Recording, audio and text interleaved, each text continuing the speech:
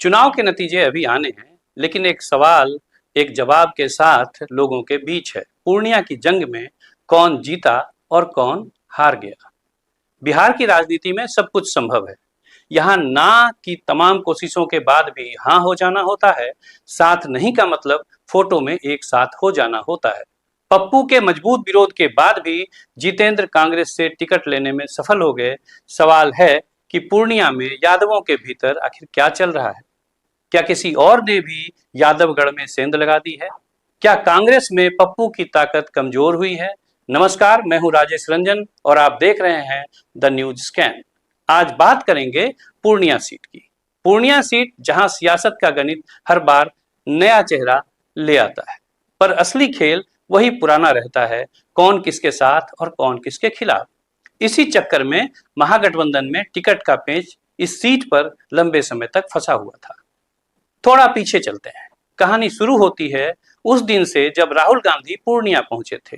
Rahul voter अधिकार यात्रा के क्रम में पूर्णिया की यात्रा पर थे। पूरे रास्ते पर उनके नाम के पोस्टर बैनर लगे हुए थे। तमाम उम्मीदवारों ने लगवाए थे, लेकिन एक उम्मीदवार ऐसा था जिसने अपने पोस्टर में पप्पू को जगह नहीं दी, पप्पू को बाहर रखा था। उसी उम्मीदवार का नाम है जितेंद्र यादव। अब राजनीति में तस्वीरें सिर्फ तस्वीरें नहीं होती, वो संकेत होती है रिश्तों के बिगड़ने का या बनने का। बात तेजस्वी तक पहुंची, या राजनीतिक भाषा में कहें तो पहुंचाई गई। तेजस्वी ने समझ लिया कि पूर्णिया में अगर कोई पप्पू को टक्कर दे सकता है तो वो शख्स है जितेंद्र यादव। तेजस्वी और पप्पू भले ही एक गठबंधन का हिस्सा हैं, लेकिन दोनों ही के संबंध जग जाहिर हैं। अब देखिए, तेजस्वी ने जितेंद्र का पॉलिटिकल रूट मैप बनाया और जितेंद्र को उसी वोटर अधिकार यात्रा के दौरान राहुल के करीब पहुंचाया। वीडियो और तस्वीरें वायरल हुई, तमाम चर्चे हुए, तमाम अर्थ उसी समय से निकाले जाने लगे। और उधर पप्पू यादव ने पूरी ताकत दिवाकर के पीछे लगा दी। दिवाकर भी पप्पू के साथ साए की तरह हो लिए। सच यही है कि महागठबंधन में मजबूत होते जितेंद्र पप्पू को खटकने लगे।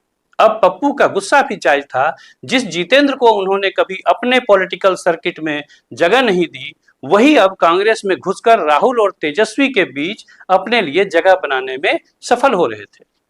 और राजनीति में जगह बड़ी चीज होती है, चाहे वो दिल में हो या लिस्ट में। छोटू सिंह जैसे नेता भी पूर्णिया में सक्रिय थे, पटना से दिल्ली का चक्कर काट रहे थे। छोटू लालू और अखिलेश सिंह के करीबी रहे। पूर्णिया से राजद के सीट पर एक बार चुनाव भी लड़ चुके हैं, कुछ हजार वोटों में ही निपट गए थे। जानना यह भी जरूरी है कि जिस दौर में पप्पू पूर्णिया की राजनीति से दूर रहे, उसी दौरान तेजी से जितेंद्र का कद बढ़ता चला गया। वे अपनी एक अलग जगह बनाते चले गए, समाज में भी और राजनीतिक तौर पर भी। पत्नी विभा कुमारी पूर्णिया नगर निगम की मेयर हैं और जितेंद्र करीब 2 सालों से सामाजिक तौर पर भी खूब सक्रिय रहे हैं। पप्पू स्वाभाविक तौर पर नहीं चाहते थे कि इस इलाके में दूसरा कोई यादव का नेता उभरे। याद कीजिए, लोकसभा चुनाव के वक्त जितेंद्र जदयू में थे। नीतीश कुमार भी उन्हें व्यक्तिगत तौर पर जानने और पहचानने लगे थे, पर किस्मत ने यू टर्न लिया। संतोष कुशवाहा हार गए और उन्होंने पार्टी से कहा कि जितेंद्र ने दगाबाजी की है।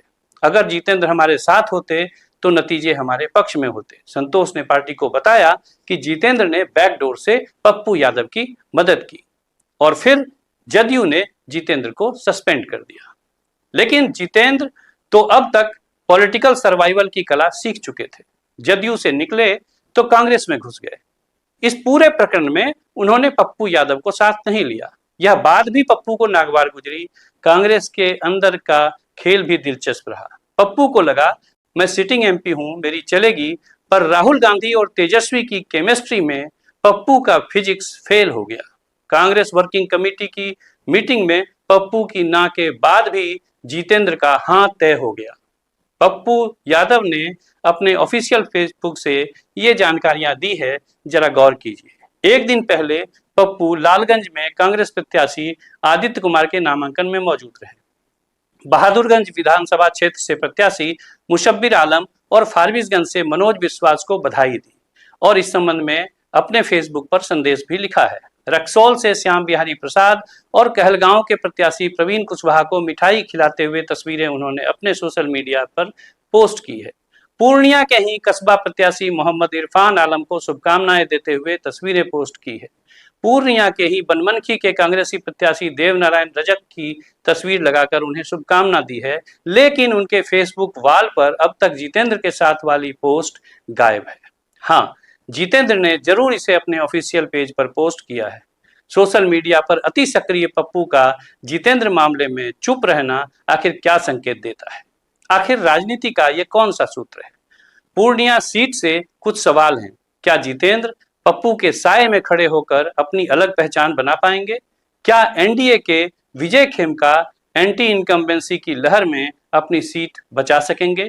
पूर्णिया की यह सीट अब सिर्फ चुनावी मैदान नहीं है, यह राजनीतिक आत्मसम्मान की भी जंग है, जहां एक ने ना कहा था और दूसरा हाँ लेकर जीत गया।